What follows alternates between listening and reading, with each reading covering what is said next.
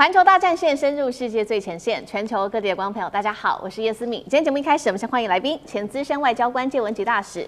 思敏好，各位朋友大家好。時事評論員王尚志，尚志哥。思敏好，觀眾朋友大家好。資深媒體人彭華幹，華幹哥。思敏好，大家晚安。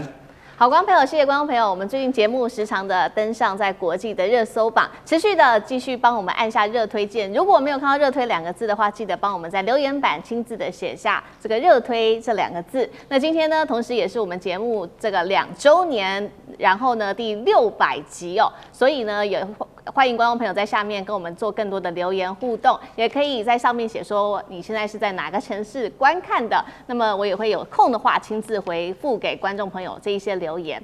今天節目一開始我們要特別來關心到的，當然還是在美伊戰事，我們要來聚焦。現在戰事其實看起來是平緩，但是其實可以說是一觸即發的。美軍在這個時候針對荷姆茲海峽最新祭出了是15艘的軍艦封鎖住荷姆茲海峽，並且他說呢喊隨時會擊沉。現在可以看到整體的氣氛是在升溫而且對峙的。伊朗的部分則是現在準備好了，包括他的快艇攻、群攻、無人機蜂群跟他的飛彈飽和。隨時可能會發動總攻擊，把這一片海域變成火線戰場嗎？今天就這些議題，我們會一起來做關心。今天3個火線話題，等一下我們會一起來做聚焦。首先看到的是美軍的15艘軍艦已經正式的壓境在荷姆茲海峽了。川普這一做是想要戰略封鎖，還是把全球能源會不會推進另外一場戰爭？美國真的如學者說的，接下來會展開所謂的登船檢查嗎？甚至做這個攔截這些船、扣押商船。如果這麼做的話，是否踩破了國際的紅線呢？另外，美國真的有能力可以持續封鎖住荷姆茲海峽嗎？這個我們會持續的關心。當然了，伊朗方面也不是吃素的，他可能祭出的3大王牌武器，剛剛我們特別提到了，會不會把油輪變成移動的靶場呢？這個是第2個問題。最後，今天也會來關心到的是，伊朗其實也放話了，美國你如果封鎖荷姆茲海峽的話呢，我也會這個封鎖住荷姆茲海峽。那美國如果你讓港口不安全的話，那麼我就讓整個波灣不安全，對波灣地區發動攻擊。今天會持續來看。另外就是伊朗說的，他要封鎖住曼德海峽，全球能源系統會不會崩盤？今天都會一起來做一個完整的解答。好，趕快來看到的是美伊戰事正式的踩入到紅線了，就是因為川普正式的宣布，在13日晚間的10點開始，也就是台灣時間昨天晚上的10點開始，正式對荷姆茲實施全面性的封鎖，並且派了15艘的軍艦已經集合到周邊，並且下達了戰時規則的命令。任何的船只都進出這個伊朗的港口，都會一律的把它攔截下來，並且如果你要突破封鎖線的話，那麼我就會把你擊沉。最後他強調了，這些動作會是非常迅速而且非常殘酷的。但是學者點出了說，美軍今天如果要封鎖荷姆茲海峽，會有幾大問題，美軍得特別來面對。今天我們來一一解析，共有哪一些問題。首先，第一個，美軍要打誰的船，又要怎麼打呢？美方有沒有可能進行剛剛說的登船檢查？那麼如果真的登船的話，是不是不排除接下來會做扣押、破壞、擊沉商船的這些動作？是否觸犯了國際法呢？那麼如果這些船只是來自於美國的盟友，不管是中國大陸這個從中東運送到中國大陸的油輪，或者是去南韓的這些油輪，美國也會來把它攔下來嗎？那美國真的敢動手嗎？這是第一個問題。第二個問題是，美國要封住荷姆茲海峽，真的有這麼的容易嗎？因為呢，剛剛說了嘛，美軍目前只有15艘的軍艦。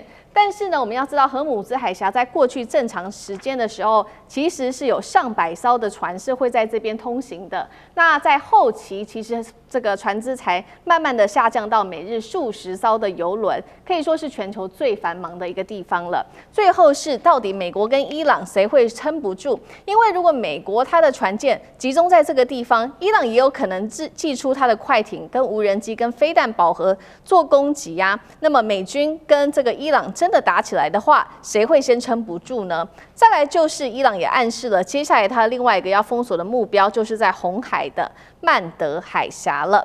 伊朗方面也痛斥美方的舉動是非法的海盜行為，如果持續的封鎖的話，他就會去攻擊包括了這一些波灣的國家哦。那麼我們也看到了，包括這些波灣國家，他也特別提到了，像是沙烏地阿拉伯、阿聯、卡達等等的港口都在伊朗的射程範圍之內。所以今天節目一開始要特別請教大使怎麼看了15艘的軍艦，川普就想要封住荷姆茲海峽，有這樣子的一個可能性嗎？會不會也一不小心也把盟友拖下水？美國另外一方面會不會真的登船檢查有沒有違反國際法？大使怎麼看？當然，這個整個封鎖都是違法的，包括伊朗的封鎖也是違法的，美國封鎖也是違法的。他所有的這個從自始就違法，那更不要說登船啊、檢查都違法，他沒有權利這樣做。因為國際海洋公約基本上就是一個最主要的原則，就是公海自由，沒有人任何可以，尤其这種沿岸國家不能這樣。其實這個叫國家海盜行為。這個海盜行為在國際海洋公約從16、17世紀開始就是嚴格禁止的，對，而且它嚴格禁止沿岸國家對於航行自由的這個限制。所以你知道這個為什麼要這樣做？因為當時定這個海洋法的是一個叫這個荷蘭的一個國際法天才叫Clausius，他是國際法的這個奠基人嘛。因為他那個時候最大的海權國家是荷蘭，所以呢，他要把海洋的自由推到極致，不要讓沿岸國家来控制它。所以你知道我們的領海最開始只有3海里，3海里，船可以開到你家門口3海里，最後變成6海里，最後現在12海里，基本上就是公海自由、航行自由。那所以美國的跟伊朗這個都是違法的。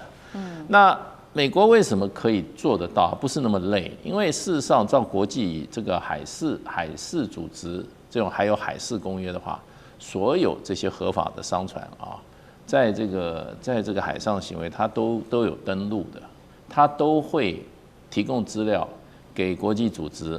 我這一艘船是什麼時候要從哪裡要去哪裡？我大概裡面裝什麼？所以這個才會造成像也門。這個胡塞組織，它都可以有效控制紅海，它的飛彈都不會亂打的。對，它飛彈不會亂打的，它一打就打你這些。他上次打一個英國的船，他說，因為你這個英國船你要行往，你的下一站是要往以色列的港口，所以我打你。對，要不然就是說，他可以知道你的貨物裡面有一些問題，它產生化學品啊，這是什麼東西？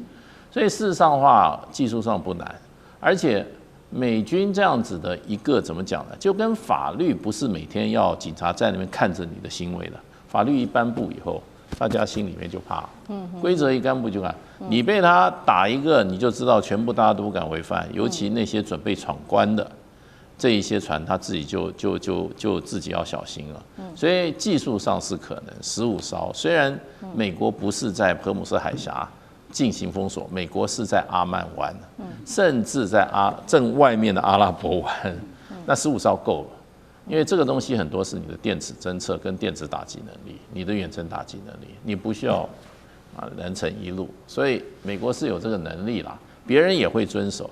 可是你要清楚，川普下達的命令是什麼？川普下達的命令是怎麼樣？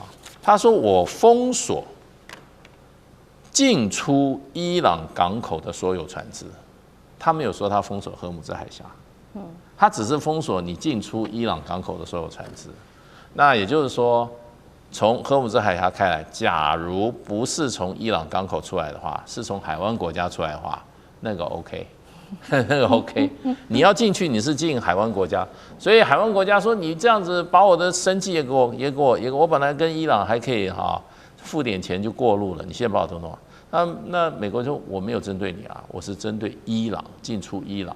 可是所以伊朗很厲害啊，伊朗立刻就是說全面封鎖荷姆茲海峽，因為美國會說這個東西玩下去，伊朗的油還天天往外運啊，對不對？伊朗的油天天從荷姆斯海峽往外運，而且造成它在外交上的一個有利的一個什麼槓桿的點，大家都去找伊朗談條件。那伊朗就可以提出來相對的條件，他就想說，你們這些歐洲國家不支持我，是不是被伊朗收買了？伊朗說，給你2條船過荷姆斯海峽，可是呢，你不要把你的領空開放，你關閉你的領空。那這歐洲國家說好，我就這樣照做。那川普對不對？他現在吃那麼大虧，他認為都是從荷姆斯海峽來的，所以他現在這樣做，可是實質上造成荷姆斯海峽全面中斷。因為伊朗這樣說，那我不玩了，我就全部封鎖。那所以現在就卡在這個地方了。那如果再不解決的話，那就是先來全球能源危機，接下來就是經濟危機，那這個問題就大了。看川普怎麼看了。好，所以我們也可以看到這一場危機，現在看起來不僅僅是影響在波灣啊，還有美伊兩國而已。接下來可能引爆的是全球跟這個全球一起陪葬的經濟跟石油上面的危機。那美國祭出這樣子的一個封鎖，接下來伊朗總會有反制吧？剛剛提了幾種的武器，接下來伊朗可能會做哪一些舉動？現在被說美伊兩國都很瘋狂，那隨時這個在比誰比較瘋。那誰會先動手？戰爭再爆發的幾率有多高？幹哥怎麼看？好，我完全同意大使剛剛說的。你要曉得，每一個國家的領海，它現在最多只有12海里，大概是多遠？就是大概差不多20公里，就是靠近你的那個沿海20公里，那叫做你的領海。但是經濟那個領海那就不一樣了。可是意義上的領海，國際法認定的只有20公里，出去就是公海了。那所以大家會想說，哎呦，你封鎖他也封鎖，你們伊朗跟美國是不是在海上要打起來？不是，我們必須要講那個，其實我們必須要用一個地圖來看。我們現在手邊沒有地圖，但我可以簡單的跟各位講，就是說，伊朗它針對的是荷姆茲海峽，這個海峽就像我們剛才講的，它最寬的地方大概只有20多公里而已。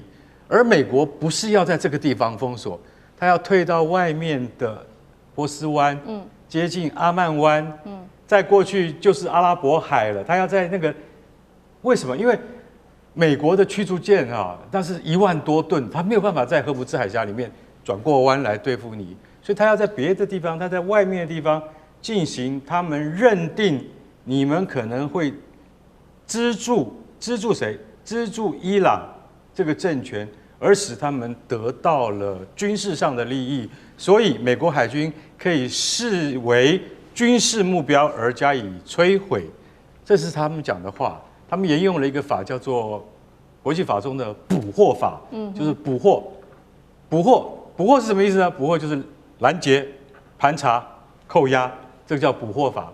捕獲法其實在某些地方，它在這個就是在執行上，它是可以符合國際法的精神，只是說你動用捕獲法的這些國家必須要有正當的理由，不然到時候還是會上海牙的國際法庭去審的。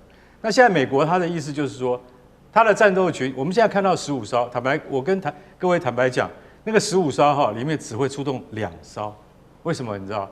因為就是一個戰鬥群，它屬於航空母艦戰鬥群裡面的驅逐艦支隊派6艘出來到阿曼灣外海界護，其中的2艘前進到荷姆茲海峽的外圍，也就是說，你從荷姆茲海峽裡面受到了這個伊朗的同意之後，你開出來之後，就面臨美國在海峽口等着你，就把你攔下來了。如果他認為說，你可能帶了什麼東西，你可能帶的石油全部都是要運到哪裡的？要運到中國啊、俄羅斯的這種油的話，我就扣下來了啊。然後有一些船，他可能會說，那我就關掉 ALS， 什麼叫船舶識別器？我把它關掉。然後，但是美國還是有 GPS 啊，所以這就是先拼先的，你知道嗎？鬥法之中的鬥法。所以我們會認為說，以專家的態度來看的話，接下來這個就是雙方互相鬥法，看誰會贏。可是你說，伊朗會不會真的出動？比如說他們最號稱他們最口碑的無人機飽和攻擊，或甚至技術伊斯坎德的飛彈攻擊，或者是無人艇的自殺攻擊，那個是到最後了，那是完全談不攏了，那就是保證毀滅了。我覺得要慢慢看這個態勢，因為從昨天晚上才開始，我們現在還沒有得到很多那個匯報，但是慢慢會升溫。如果川普跟伊朗之間的談判有更多的進展的話，也許真正的封鎖不會發生，也許伊朗就不會採取過激的軍事行動，但這一切都在未定之天。對，這個封鎖行動其實才剛開始而已，所以接下來還要持續的做關心。那麼剛剛也提到，如果美國真的去做這個所謂的封鎖行動的話，接下來如果是說自己的盟友像是日本啊、南韓這些船只經過的話，美國真的敢開火嗎？等一下也會特別請教尚志哥。那如伊朗說的，他真的也敢攻擊波灣國家嗎？等一下我們也會持續的來做關注。我們先來看到在這個美國針對於這個港口這邊。做了封鎖之後，中國大陸是立刻做出了批評，很酸美國是夠狠、夠蠢，也夠損。那他說什麼呢？牛彈琴是這樣講的：原本呢，伊朗對這個海峽只是說是有條件的開放，友好國家跟付費船只可以通行，但是美國現在變成是全面封鎖，連已經繳費的船也要全部攔下來。看起來表面上是斷了伊朗的財路，但是實際上呢，是造成全球的油價飆漲跟經濟動盪。他認為美國這麼做叫做殺敵1000，自損800，兩個溺水的人互相拉扯，其實呢誰都上不了岸。那批評的還有歐洲國家，英國首相施凱爾說，英國不支持美國封鎖荷姆茲海峽。西班牙則是痛批說呢，封鎖伊朗的港口毫無道理。首相也說，沉迷在零和遊戲這種博弈的國家應該要清醒了。日本輿論則是現在非常的反對美國跟以色列。尚志哥怎麼看？我想荷姆茲海峽一開始被伊朗控制的時候呢，大家是很不滿，也覺得很大的危機。可是終究後來慢慢好像可以談。可以通過有條件，那麼包括付錢哈，所以終究還是有個舒緩的可能。但是現在美國同時也一起封鎖了，這整件事情就變得大家就懸在那裡，卡在那裡，就沒有辦法輕易。其實就消息面來說，也沒有辦法輕易的就可以放鬆。這就是中國大陸批評的這個自損800的原因。事實上，在這些川普剛宣布不久，美國方面其實就有電視節目在評論當中，就有專家就直接在節目當中直接就問到說：好啊，你說你封鎖，但如果是中國的郵輪，而且旁邊伴隨着一艘中國的軍艦，那你膽敢嗎？其實當天其實這個就是在美國方面輿論裡頭就丟出來的話題，所以非常有意思哦。所以我覺得現在狀況就是，美國真的可以敢登船嗎？其實我們看中國大陸，你這個指標其實。不要說別人，就是中國大陸，因為都知道荷姆茲海峽這個地方運送出來的油主要是供應給亞洲地區，包括日本、韓國跟中國大陸，最主要是在這裡。所以日本、韓國當然作為小貓咪，可能美國不讓他們動，他們就不動了。可是中國大陸真的可以嗎？而且大家都知道，中國大陸可是自從中東戰爭是不止。2023年開始，中國大陸在波灣地區，包括亞丁灣跟阿曼灣，長期都至少有6艘的軍艦持續在那裡，4、5、4、6、7，像我們現在熟悉的，現在在那裡有許昌號、焦作號跟紅號，都是動5級的飛彈驅逐艦哦。此刻現在不只是有這個萬噸級的飛彈驅逐艦，現在在那裡還有至少3艘的電子偵察艦。所以也就是中國大陸在那裡，其實不只是在看好戲，大家也在這個裡的部分持續在訓練。我們知道過去像淄博號啊，早年烏魯木齊號，都是從2023年這幾年輪流萬電的動5的驅逐艦到那裡波灣地區，一方面去做演習訓練。所以你說美國真的能封鎖嗎？我一直覺得怎麼來對標，就看古巴封鎖。我們知道古巴美國封鎖，其實都說不能去，不能去。可是我們看今年3月的時候，俄羅斯就送了就是送了一個真的是3萬噸的油料就過去了。然後中國大陸從今年3月當中給了什麼呢？包括給了糧食、大稻米，也給了8000萬的援助，還給了5000套的太陽能設備，因為他們缺電缺油嘛。所以你說真的封鎖嗎？大國俄羅斯給油，中國給那麼多援助，你說美國真的登船去搜索嗎？不太可能啦。所以現在這件事情倒不是打美國臉，而是真正的你要封鎖美國，你能實質封鎖小國可以，大國真的嗎？好，謝謝尚志哥。那我們休息一下，馬上回來。地緣政治、美中之爭、戰略價值、強權崛起、小國生存。現在與未來，洞悉事件走向，掌握世界脈動，全球觀點盡在環球